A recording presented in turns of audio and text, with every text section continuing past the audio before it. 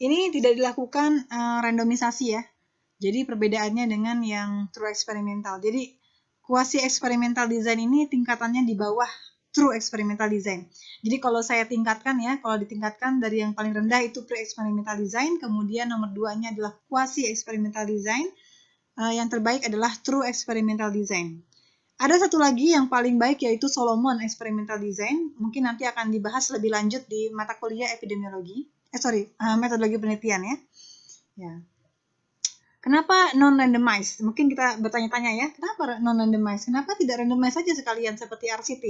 Ya, memang kadang-kadang di lapangan seringkali kita terbentur dengan masalah etis, dengan masalah sosial, sehingga kita tidak mungkin untuk melakukan randomized pada manusia gitu ya, pada kelompok orang. Ya, jadi sehingga ada pilihan studi eksperimental yang memang dilakukan tanpa melaksanakan proses randomisasi pada subjek yang diteliti, ya. Biasanya memang tentu resikonya adalah variabel pengganggu tadi mungkin akan tidak terdistribusi secara rata ya pada kelompok yang akan kita bandingkan. Variabel confounder tentu tidak dapat kita kontrol pada fase desain ini ya, sehingga nanti kita harus melakukan analisis dengan multivariat.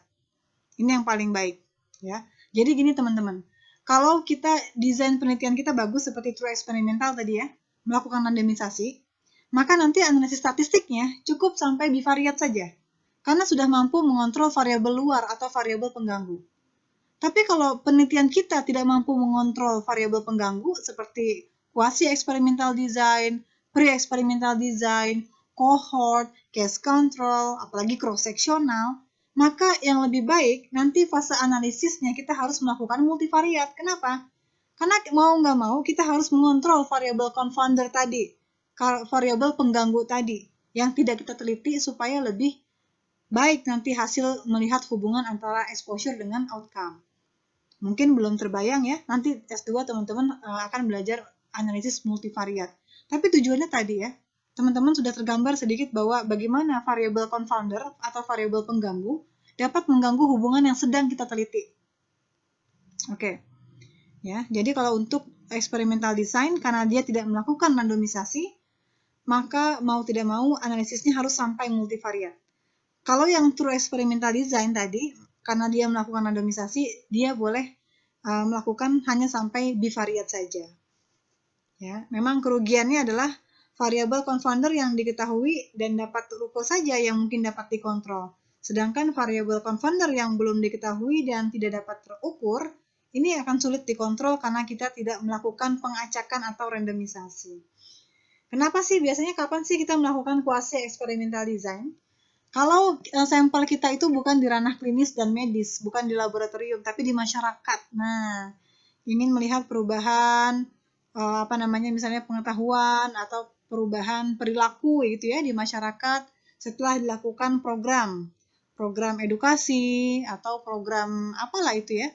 Karena akan sulit kita melakukan randomisasi pada masyarakat ya. Dan jumlah sampel kuasi ini tentunya akan lebih besar dibandingkan jumlah sampel pada true experimental design itu ya. Kalau jumlah sampel pada true experimental design mungkin cukup di bawah 10 orang pun bisa ya. 7, 10, atau 12, 15 cukup. Tapi kalau untuk kuasi ini sampelnya butuh puluhan ya, lebih banyak lagi. Karena kita tidak bisa mengontrol randomisasi tadi. Nah, untuk kuasi eksperimental design contohnya adalah misalnya melakukan penyuluhan ya. Intervensinya medianya menggunakan audio visual ya. Sedangkan kelompok kontrolnya hanya menggunakan media visual ya. Misalnya penggunaan video versus dengan penggunaan leaflet. Leaflet itu kan 2 dimensi ya. Atau visual ya, media visual ya. Ingin melihat perubahan pada pengetahuan pada masyarakat. Nah, itu kan yang seperti ini akan sulit kita melakukan randomisasi. Kenapa? Karena akan muncul kecemburuan di masyarakat ya. Kok dia dapat ini sih, dapat video, sedangkan saya cuma dapat leaflet. Nah, hal-hal seperti itu ya, hal-hal menyangkut etik, menyangkut sosial, itu mungkin yang menyulitkan peneliti eksperimental untuk melakukan true. Sehingga mereka melakukan kuasi saja deh ya. Oke ya, jadi pokoknya nanti distribusi secara subjektif saja ya, mana yang mendapatkan media audiovisual, mana yang mendapatkan media visual. Nah, ini kira-kira ya skema-skema dari quasi experimental design. Jadi dia tanpa randomisasi. Lalu penentuan E positif E negatifnya bagaimana? Ya, sebisa mungkin sih kita melakukan randomisasi ya. Kita melakukan yang bisa kita lakukan gitu. Tapi kalau untuk hal-hal yang sulit diukur, tentu ya itu kelemahannya. Mungkin ada faktor-faktor lain yang tidak bisa kita kontrol di sini. Kalau faktor seperti umur, jenis kelamin, tingkat pendidikan itu kan, itu bisa kita kontrol ya. Misalnya di kelompok yang mendapatkan media video maupun di kelompok yang mendapatkan hanya leaflet, ini di sini sama-sama ada perempuan, di sini ada perempuan, ya, dengan proporsi yang sama dengan laki-laki. Kemudian di sini ada kelompok muda, di sini juga ada kelompok muda. Di sini berpendidikan yang menengah, di sini juga berpendidikan menengah, ya.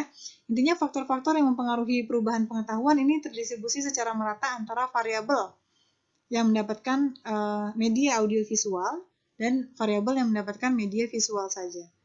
Ya, nanti kita follow up bagaimana perubahan pengetahuannya setelah diberikan media. Jadi pelajari dulu di web of causation faktor-faktor yang mempengaruhi pengetahuan itu apa saja ya. Kalau memang outcome yang ingin diteliti adalah perubahan pengetahuan sebelum dan setelah diberikan media, ya kan? Kan faktornya ada pendidikan di situ, ada faktor pengalaman, ada faktor umur, ya itu bermacam-macam lah. Faktor karakteristik sosial demografi pasti mempengaruhi perubahan pengetahuan seseorang. Nah, tujuannya untuk apa? Untuk nanti ini mengukur variabel-variabel dasar tadi ya. Ada pendidikan, kemudian umur, jenis kelamin ya tadi. Kemudian aplikasikan intervensi secara blind. Jadi tetap kita bisa melakukan blinding pada quasi experimental design. Ya. Kita kalau bisa sebagai peneliti tidak tahu mana yang mendapatkan video, mana yang mendapatkan leaflet, ya. Kalau kita tahu, kita akan terpengaruh nanti. Kemudian follow up kelompok-kelompok yang diteliti sampai munculnya perubahan pengetahuan yang ingin kita ukur, ya. Gitu. Kalau bisa juga mengukurnya secara blinding. Nah, kalau begitu kita bisa merangkum sedikit ya kelebihan dan kelemahan dari studi eksperimen. Kelebihan tentu eksperimental merupakan studi yang paling baik dalam menunjukkan hubungan sebab akibat.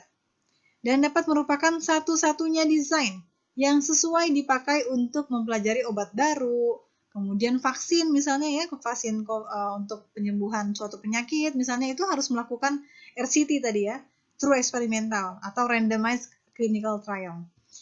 Dapat menghasilkan penelitian yang murah, sebenarnya bisa lebih murah dengan eksperimental ya, dan cepat, walaupun beberapa eksperimental juga ada yang mahal, tapi bisa juga ada yang lebih murah dan cepat dibandingkan dengan penelitian kohort misalnya.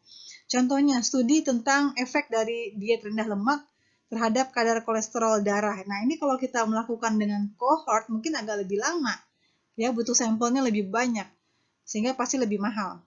Sedangkan kalau dengan eksperimental, apalagi kalau pakai RCT tadi ya, True Experimental Design, bisa dengan sampel yang lebih sedikit, waktu yang lebih singkat ya, karena kita betul-betul mengontrol exposure ya. Orang yang mendapatkan diet rendah lemak dan orang yang tidak mendapatkan diet rendah lemak kita ikuti sampai munculnya perubahan pada kolesterol darah ya, itu lebih cepat, lebih mudah dan lebih sedikit sampelnya.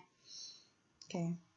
Kelemahannya memang sebagian besar banyak juga yang lebih justru malah mahal dan memakan waktu untuk eksperimental karena seringkali terjadi ranah klinis ya, kita juga butuh biaya untuk intervensi ya kan, kita butuh biaya misalnya untuk uji coba vaksin, uji coba obat, uji coba bahan makanan ya, kita butuh untuk memformulasi makanannya ya, kita butuh penyediaan susu tadi kalau ingin menguji coba susu terhadap Pocari Sweat misalnya, kita butuh modal untuk memberikan bahan intervensinya gitu ya, dan memakan waktu ya. Memang banyak juga penelitian eksperimental yang cukup memakan waktu yang lama, tapi sebenarnya tergantung dari exposure ya atau outcome yang ingin kita ukur ya, tidak semua outcome itu lama.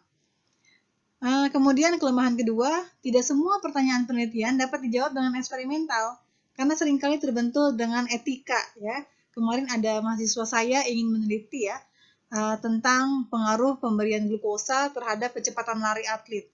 Saya tanya, kelompok intervensinya diberikan apa? Diberikan glukosa, Bu. Kemudian kelompok kontrolnya diberikan apa? Diberikan air putih biasa. Oh, nggak boleh, nggak etis namanya. Kenapa? Anda tahu kalau pelari itu hanya diberikan air putih biasa, maka akan merusak sistem tubuhnya, akan merusak recovery-nya. Itu tidak sesuai dengan etik ya. Jadi seringkali memang kita ingin melihat sesuatu ya, hubungan antara faktor dengan outcome. Seringkali kalau dengan melakukan eksperimental kita terbentur dengan masalah etika. Kenapa? Karena kalau kita sebagai peneliti tahu efek dari pemberian suatu zat, namun kita biarkan begitu saja, itu tentu akan melanggar etis ya. Kemudian sulit untuk melihat frekuensi yang outcome-nya jarang ya, seperti untuk melihat kanker ya. Saya rasa tidak ada jarang orang yang berani bereksperimental untuk melihat munculnya kanker karena memang udah lama, jarang juga ya. Gitu. Biasanya kalau kanker itu lebih dikohortkan saja sudah. Ya. Oke. Kemudian standar intervensi exposure mungkin dapat berbeda dengan kondisi sesungguhnya di populasi ya. Kita mungkin menerapkan tadi ya, ada pemberian buah naga. Buah naganya kita berikan sekian mililiter ya. Sari buah naganya 200 mililiter, di mana 200 mililiter itu mengandung 2 buah naga yang di blender gitu ya. Nah, kita harapkan itu bisa menurunkan tekanan darah. Tapi belum tentu tadi ya. 200 mili buah naga yang kita berikan itu sesungguhnya secara teori itu apakah betul bisa menurunkan tekanan darah dalam waktu yang kita teliti. Ya, kita tetapkan waktunya misalnya dalam waktu 4 minggu ya, sebulan. Mungkin di lapangan waktunya butuh lebih lama dibandingkan dengan apa yang telah kita rancang begitu ya. Seringkali makanya nanti harus betul-betul bisa merancang dengan tepat apa yang mau kita berikan kepada responden dan apa yang ingin dilihat perubahannya ya, itu harus tepat sekali. Dan memang cenderung membatasi skop penelitian, artinya tidak semua outcome bisa diteliti oleh eksperimental. Oke, saya rasa itu kita diskusi. Wassalamualaikum warahmatullahi wabarakatuh, semoga bermanfaat.